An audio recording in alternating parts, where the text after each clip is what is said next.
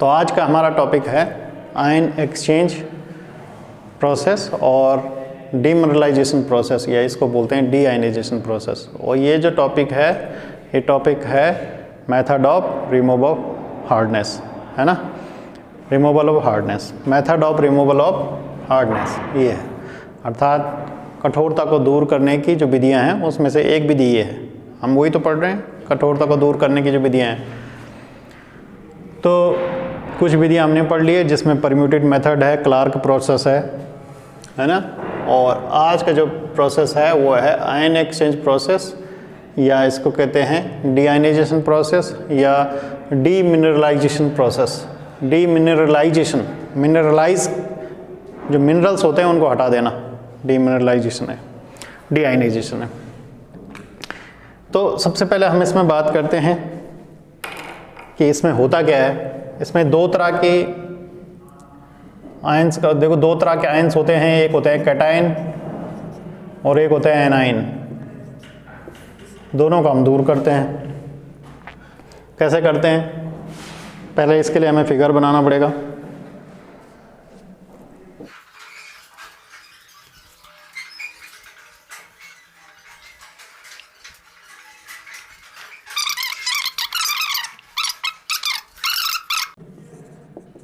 Cation resin, और दूसरा यहाँ पर हम इस्तेमाल करते हैं एनायन रेजिन। ठीक है। अब रेजिन क्या है? तो रेजिन है हमारे पास क्रॉस पॉलीमर, है ना, क्रॉस पॉलीमर है जिसमें क्या होता है, फंक्शनल ग्रुप होता है। दो तरह के फंक्शनल ग्रुप होते हैं। अगर कैटायन है तो लास्ट में SO3H या COH, इस तरह के फंक्शनल ग्रुप होंगे। और अगर आपके पास एनायनिक रेजिन है, दो तरह के रेजिन हम इस्तेमाल करेंगे इसमें। एनायनिक रेजिन है तो इसमें लास्ट में या तो NH2 ग्रुप होगा, SO3 NH2 ग्रुप होगा या OH ग्रुप होगा, इस तरह के ग्रुप होंगे, है ना। तो इन ग्रुपों को हम क्या करेंगे, यहाँ से रिमूव कराएंगे। मतलब इस रेजिन के द्वारा हम इसमें जो आयन प्रेजेंट है उनको एक्सचेंज करवाएंगे। अभी भी आपको बात समझ में नहीं आई? तो रेजिन मैंने क्या बोला, क्रॉस पॉलीमर है, मतलब इस तरह के पॉलीमर हैं, जैसे ये है, ठीक है। और यहाँ पर CH2 इस तरह के पॉलीमर हैं।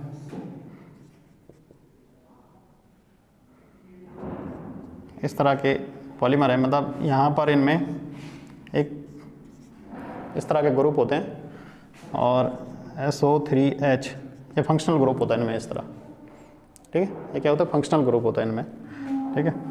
और फिर जैसे इसमें भी क्रॉस लिंक्ड होते हैं ये, मतलब इसके नीचे और एक चेन होगी, इसके नीचे भी एक और चेन होगी, ध्यान दीजिएगा।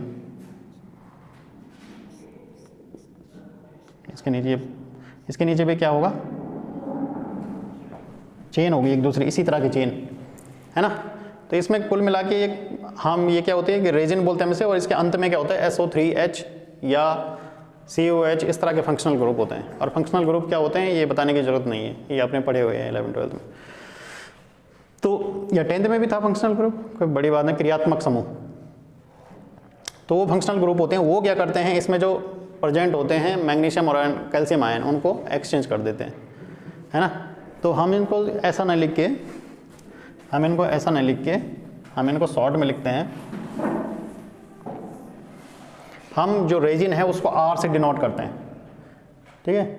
रेजिन, कैटायनिक रेजिन को हम क्या करते हैं, कैटायनिक रेजिन जो है उसको हम R से डिनोट करते हैं। अब R से डिनोट करते हैं तो फंक्शनल ग्रुप के लास्ट में क्या होगा, H होगा, मतलब लास्ट में क्या होगा इसमें, फंक्शनल ग्रुप SO3H, इस तरह कुछ होगा ना। तो जैसे R क्या लगा दी हमने, एक चेन लगा दी लंबी, इसमें SO3H है, तो हम डायरेक्ट इसको R लिख रहे हैं इतना, और H को डायरेक्ट उसके साथ लिख दे रहे हैं। तो शॉर्ट में हम क्या लिख रहे हैं इसे, for the sake of convenience we are writing this in this way, RH, ठीक है। तो RH क्या है हमारे पास, रेजिन है कोई।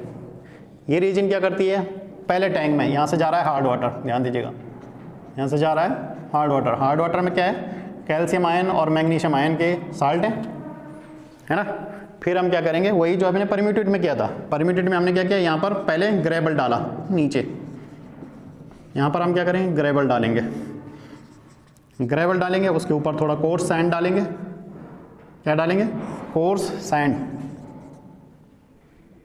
COARS सैंड, कोर्स सैंड, और उसके ऊपर डालेंगे रेजिन। क्या डालेंगे, रेजिन। कौन सी रेजिन, पहले वाले टैंक में डालेंगे कैटाइनिक रेजिन, जिसमें प्लस वाला होगा, H होगा लास्ट में, जैसे SO3H, COH, ठीक है, ये डालेंगे हम यहाँ पे। बहुत सिंपल है, कोई टफ काम नहीं, ये स्ट्रक्चर नहीं समझना मैं यहाँ पे जो मैंने अभी बनाया, वो एक आपके लिए कॉम्प्लिकेटेड स्ट्रक्चर हो सकता है, तो उसको समझने की जरूरत नहीं है, उसको हम आसान बना रहे हैं। हम उसको क्या लिख दे रहे हैं, R लिख दे रहे हैं, ठीक है ना। उसकी रिएक्शन तो हमें करवानी नहीं यहाँ पे, हम सिंपल से उसको लॉजिक समझ रहे हैं, तो R हमने यहाँ पे डिनोट कर दिया उसे, और उसके बगल में जो लास्ट में फंक्शनल ग्रुप है उसे जो रिप्लेस होने वाला आयन है उसे हमने H दिखा दिया। मतलब जैसे SO3H था, हमने क्या दिखा दिया, डायरेक्ट H दिखा दिया, क्योंकि H ही यहाँ से रिप्लेस होना है। H किसको रिप्लेस करेगा, कैल्शियम और मैग्नीशियम आयन को, बस डायरेक्ट हमने शॉर्ट में दिखा दिया इसे। अब यहाँ पर हमने रेजिन डाला, ध्यान दीजिएगा। अब रेजिन में, कैटाइनिक रेजिन में हमने कहा, कैटाइनिक रेजिन को हमने डिनोट किया RH से, कैटाइनिक रेजिन को हमने डिनोट किया RH से, ठीक है।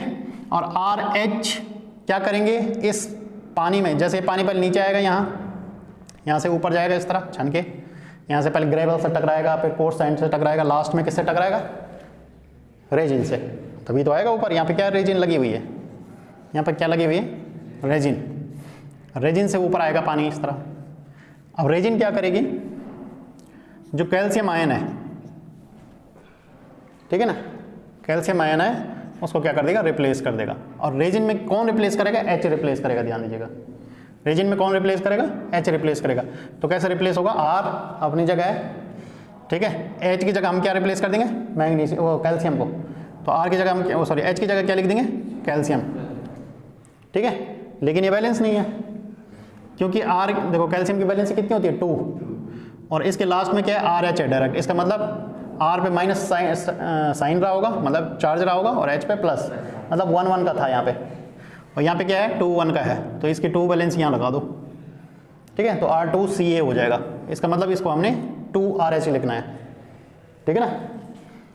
और ये देखो अब क्या बचेगा, यहाँ पे 2H प्लस आयन बनेंगे। तो इस टैंक के अंदर, पहले टैंक के अंदर क्या, दो चीज़ें बन गई।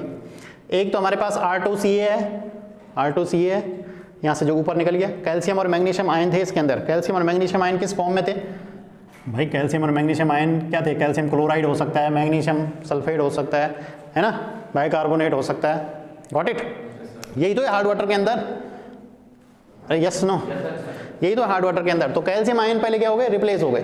अब क्या बचा उसके अंदर, अगर कैल्शियम क्लोराइड है तो क्या बच गया आयन, कौन से आयन बच गया उसके अंदर, Cl- आयन बच गए कि नहीं बचे। तो ये कंप्लीट, ये जो प्रोसेस है ये कंप्लीट डीमिनरलाइजेशन करेगा, डीआयनाइजेशन करेगा, डी आयन कर देगा सबको, पूरे आयन हटा देगा। कैसे हटाएगा, देखो पहले हटाया इसने क्या, calcium plus ion. Calcium plus ion कहाँ अटक जाएंगे, कैल्शियम प्लस आयन R2CA बन जाएगा यहाँ पर, और यहीं पे इकट्ठा हो जाएगा इसमें जहाँ पर रेजिन डाल रखा है ना।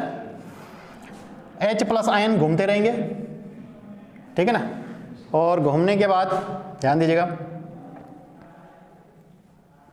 नहीं देखो यहाँ हमने उल्टा करेंगे हम, जो मैंने आपको अभी बताया ना, देखो क्योंकि पानी यहाँ से निकाल रहे हैं हम, तो रेजिन नीचे डालेंगे, क्योंकि लास्ट में रेजिन से आएगा ना, तो ऊपर से ग्रेवल सैंड ऊपर डालेंगे और नीचे रेजिन डालेंगे, यहाँ पे कुछ ऊपर डाल देंगे अपने हिसाब से, और तो पानी यहाँ से अल्टीमेट बाहर निकलेगा और इसमें आ जाएगा यहाँ। अब इसमें देखो क्या आयन आएंगे इसमें, यहाँ से कौन कौन से आयन आएंगे इसमें, देखो एक तो Cl- आयन आएगा, आ सकता है कि नहीं आ सकता, SO4- आयन आ सकते हैं, 2- आयन आ सकते हैं, नहीं आ सकते हैं, आ सकते हैं। H प्लस आयन भी आ सकते हैं, क्योंकि H प्लस आयन जनरेट तो यहीं हो रहे हैं ना, तो आ सकते हैं, ये सब आएंगे इस वाले रीजन में, इस वाले टैंक में। अब यहाँ हम क्या करेंगे, यहाँ हम फिर वही बात, यहाँ पर हम वही कोट सैंड डालेंगे वगैरह वगैरह, ग्रेवल डालेंगे और रेजिन डालेंगे, ठीक है कि नहीं। इस पानी को यहाँ से बाहर निकाल दो तो हमारे लिए उल्टा रह जाएगा डालने के लिए। तब हम नीचे से स्टार्ट करेंगे ना, इसमें नीचे इसको नीचे फिट कर देंगे ऐसे में, और यहाँ क्या डाल देंगे, ध्यान दीजिएगा, सबसे पहले ग्रेवल डालेंगे, ऊपर सैंड डालेंगे और ऊपर रेजिन डाल देंगे। तब यहाँ से अगर यहाँ से निकालना है पानी तो तब पे उल्टा हो जाता ना, है ना। तब हमें रेजिन की परत नीचे भी बिछानी पड़ेगी क्योंकि अल्टीमेट रेजिन से गुजरना है उस पानी को। तो अब क्या करना है, एनायनिक रेजिन में क्या होगा, ध्यान दीजिएगा, यह है कैटायनिक रेजिन में कैल्शियम के साथ मैग्नीशियम की प्रोसेस भी सेम होगी, 2R, देखो मैग्नीशियम के साथ क्या होगा, 2RH प्लस Mg2 प्लस क्या बना देगा, R2Mg plus 2H plus ion बना देगा। ये पहली वाली जो रिएक्शन है ये पहले टैंक की है, कैटायनिक रेजिन जहाँ हमने डाल रखा है। दूसरे टैंक में हमने एनायनिक रेजिन डाल रखा है। एनायनिक रेजिन भी कुछ इसी तरह के क्रॉस पॉलीमर होंगे, लंबी सी चेन वाले, बड़े स्ट्रक्चर वाले। तो उस बड़े स्ट्रक्चर को हमें याद नहीं करना है, उसको हम फिर से क्या कर रहे हैं, R से डिनोट कर रहे हैं। क्या कर रहे हैं, R से डिनोट कर रहे हैं। लेकिन एनायनिक रेजिन के अंत में जो फंक्शनल ग्रुप होगा वो OH होगा या NH2 होगा, इस तरह के ग्रुप होंगे, ठीक है। तो ROH दिखा दिया हमने इसे, एल्कोहल नहीं है, ध्यान दीजिएगा। जनरल ROH को एल्कोहल भी शो करते हैं, लेकिन ROH क्या है, यहाँ पे रेजिन है, एनायनिक रेजिन है। अब ROH क्या करेगा, ध्यान दीजिएगा, यहाँ पर ROH क्या कर रहा है, इसमें कौन से आयन आएंगे, अब बताओ, सल्फेट आयन आएंगे ना, क्लोराइड आयन आएंगे। तो जैसे सल्फेट आयन आ गए 2-, बताओ क्या बनाएगा, RSO4, है ना। लेकिन ध्यान दीजिएगा ये बैलेंस नहीं है, RSO4 2- है, मतलब 2 बैलेंस ही है इसके, 2 बैलेंस को इसके साथ लिखिए, ये 2R2SO4 हो जाएगा जैसे H2SO4 होता है ना। अब इसका मतलब इसको क्या करना पड़ेगा, 2ROH करना पड़ेगा, है ना। और प्लस क्या बच गया यहाँ, प्लस 2OH माइनस, ठीक है ना। इसी तरह क्या है, ROH क्लोराइड आयन है, क्लोराइड आयन भी तो जाएंगे यहाँ से, क्यों जाएंगे क्लोराइड आयन, बताओ। अरे भाई इस पानी के अंदर क्या है, हार्डनेस है, कैल्शियम क्लोराइड की, मैग्नीशियम क्लोराइड की, सल्फेट की। तो मैग्नीशियम आयन तो इधर हट गए और कैल्शियम आयन इधर हट गए, और जो उसके नेगेटिव वाले आयन थे वो इधर छनेंगे, आप पॉजिटिव वाले आयन इधर छनेंगे और नेगेटिव वाले आयन इधर छनेंगे। तो यही तो लॉजिक है इसका, और क्या है। तो नेगेटिव वाले आयन ये है यहाँ पे, तो नेगेटिव वाले आयन क्या करेंगे, ध्यान दीजिएगा, इससे रिएक्शन करेगा तो क्या बनाएगा, RCl बनाएगा, RCl, ठीक है। Cl-1 भी, R का भी 1, क्योंकि 1 है यहाँ पे, OH-1 होता है, और 2 देखो सॉरी OH-1 है ना, OH- है ना, केवल 1, एक माइनस है। अब ध्यान दीजिएगा, इसका मतलब ये जो एनायनिक रेजिन है ये धीरे धीरे खत्म हो रही है और R2SO4 में कन्वर्ट हो रही है, जैसे परम्यूटेट खत्म हो रहा था। इसी तरह यहाँ पॉजिटिव रेजिन है RH वाली, वो धीरे धीरे R2Mg में कन्वर्ट हो रही है, इसका मतलब रेजिन खत्म होती जाएगी धीरे धीरे। तो हमें ऐसा कुछ यहाँ पर काम करना पड़ेगा जिससे रेजिन फिर से जनरेट हो, ठीक है। एक और काम होने वाला है यहाँ पे, एक और काम क्या होगा फाइनल यहाँ पे, क्योंकि यहाँ पे H+ आयन भी तो जा रहे हैं, तो H+ आयन, और यहाँ क्या जनरेट हो रहा है एक्स्ट्रा, OH- आयन। तो OH- आयन क्या बना देंगे यहाँ पे, H2O बना देंगे, गॉट इट, पानी बना देंगे। तो मैक्सिमम आयन यहाँ क्या हो जाएंगे, फिल्टर हो जाएंगे, ये रेजिन पे अटक जाएगा, R2SO4 रेजिन पे अटक जाएगा, रेजिन बिल्कुल उसी तरह हो जाएगी, मतलब जो एक्चुअल रेजिन थे वो कन्वर्ट हो जाएगा R2, एक लेयर जो थी ना यहाँ पे, वो लेयर किस में कन्वर्ट हो जाएगी, R2SO4 में, RCl में, ठीक है। इसी तरह पॉजिटिव रेजिन थे ना यहाँ पे लगा रखे हमने, यहाँ पर और यहाँ पर 2 जगह लगा दी मैंने कहा ज़्यादा फिल्ट्रेशन हो जाएगा। पहले ऊपर लगाई एक लेयर, बीच में ग्रेवल सैंडस्टोन डाले, एक लेयर नीचे डाल दी। ये मैंने डाली किताब में है या नहीं, ठीक है, मैंने समझाने के लिए डाल दिया आपको, क्योंकि फिल्ट्रेशन अच्छा सा हो जाएगा। अब देखो यहाँ पर क्या हो रहा है, RHMg2+, ये किस में कन्वर्ट हो रहा है, R2Mg, ये किस में कन्वर्ट हो रहा है, R2Ca। तो इसका मतलब जो रेजिन है प्लस वाली वो किस में कन्वर्ट हो गई, R2Ca। ये जो पूरी लेयर है वो थोड़ा बदल जाएगी, जैसे पहले थी वो ऐसे नहीं रहेगी वो, क्योंकि वो दूसरे फॉर्म में कन्वर्ट हो गया, वहाँ Ca और मैग्नीशियम आयन फंस गए, तो उसका पूरा चेंज हो जाएगा प्रोसेस, है ना। लेकिन पूरा जो पानी है वो अलग फिल्टर होके आएगा, ऐसी बात नहीं, ठीक है ना, फिल्टर होके आएगा पानी पूरा। भले इसमें जो सल्फाइड आयन और क्लोराइड नेगेटिव आयन होंगे, वो नेगेटिव आयन यहाँ छनेंगे, पॉजिटिव आयन इस वाले टैंक में, नेगेटिव आयन इस टैंक में, और कंप्लीट आयन डी आयनाइजेशन हो जाएगा, इसीलिए इसका नाम है डी आयनाइजेशन, एक भी आयन नहीं बचेगा। अब क्या है, इसका मतलब है कि ये रेजिन एक टाइम में खत्म हो जाएगी, यही तो मतलब है इसका। अगर ये आयनाइजेशन कर रहा है, ये प्रोसेस चल रही है, तो एक टाइम ऐसा आएगा जब ये रेजिन जो है वो खत्म हो जाएगी। तो हमें ऐसा कुछ काम करना है जिससे रेजिन फिर से जनरेट हो, ओके, जिससे रेजिन क्या हो, फिर से जनरेट हो। तो हम यहाँ से क्या करते हैं, यहाँ हमें क्या चाहिए, H+ आयन चाहिए, तो रिवर्स हो जाएगी रिएक्शन। जो लास्ट आता है लेकिन नियम है, ले चैटलियर प्रिंसिपल 11th में जो पढ़ा आपने, वही रूल लगेगा यहाँ। जिधर कंसंट्रेशन बढ़ेगी रिएक्शन उस तरफ बढ़ेगी, फिर जिस तरफ उसका प्रोडक्ट बनता हो, ठीक है। आप देखो जिस तरफ उसकी सांद्रता कम होती हो, ये है उसका ले चैटलियर प्रिंसिपल 11th में पढ़ा होगा। ले चैटलियर लास्ट आते लेकिन नियम किया है कि सांद्रता बढ़ाने का प्रभाव क्या पड़ता है इक्विलिब्रियम पर, पढ़ा आपने। इक्विलिब्रियम मतलब साम्य अवस्था पर। कोई लास्ट आते नियम वो नाम सुना है आपने, ये सुना है? हिंदी में जिसने पढ़ा है वो लास्ट आते पढ़ा है, इंग्लिश में जिसने पढ़ा है वो ले चैटलियर पढ़ा है। तो लास्ट आते लेकिन नियम पढ़ा होगा आपने 11 में। जब रासायनिक साम्य जैसे एक चैप्टर था वो उसको पढ़ा होगा आपने, केमिकल इक्विलिब्रियम एक चैप्टर था उसमें को पढ़ा होगा। तो वो रूल जो है इक्विलिब्रियम पर लगता है, मतलब जहाँ पर बैक हो सकती है रिएक्शन और वापस भी हो सकती है, वहाँ पर रख दो रूल कि अगर आप किसी चीज़ की सांद्रता बढ़ा देते हैं तो रिएक्शन किस तरफ जाएगी, है ना। सांद्रता बढ़ाने से रिएक्शन हमेशा उस तरफ जाएगी जिस तरफ उसकी खपत होती हो। अब खपत किस तरफ जाएगी आप ध्यान दीजिएगा, नहीं समझ में आता तो यहाँ ध्यान दीजिएगा। छोटे ले चैटलियर प्रिंसिपल, यहाँ से हम क्या डालेंगे, अब HCl डालेंगे। क्या डालेंगे, HCl डालेंगे। बाद में डालेंगे, उसी समय नहीं डालेंगे जब काम चल रहा हो। जब खत्म हो जाएगी रेजिन तब डालेंगे हम थोड़ा, इस छिड़काव कर देंगे यहाँ थोड़ा, है ना, हल्का सा डाल देंगे। अगर हम HCl डाल देंगे तो ये रिएक्शन क्या हो जाएगी, यहाँ पर ये क्या हो जाएगी, बैक आ जाएगी। भाई ये रिएक्शन बैक आएगी कि नहीं आएगी। अब क्या है, आप देखो R2CA बना हुआ है। अब हम रिवर्स कर रहे हैं इस रिएक्शन को, रिवर्स कर रहे हैं इसको, है। R2CA बना हुआ है, 2H+ बना हुआ है। ये कहाँ है, रेजिन के अंदर ये बना हुआ है। रेजिन खत्म हो गई, रेजिन किस में कन्वर्ट हो गई, R2CA में।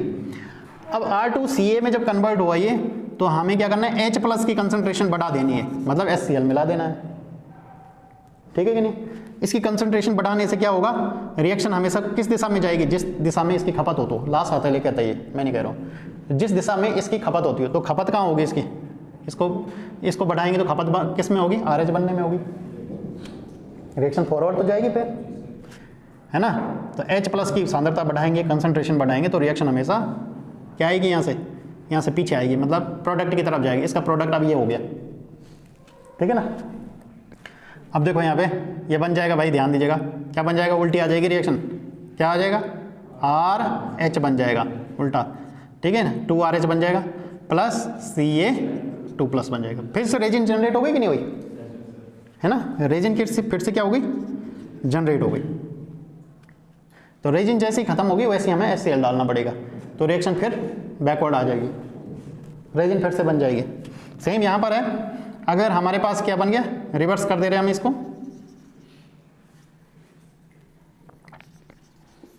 रिवर्स में देखो R2Mg हमारे पास है, 2RH बना हुआ है, यहाँ रेजिन खत्म हो गई मैग्नीशियम आयन को छानते छानते। अब हमें HCl मिलाना है, HCl से H+ आयन आएंगे, H+ आयन क्या करेंगे, फिर RH बना देंगे, 2RH,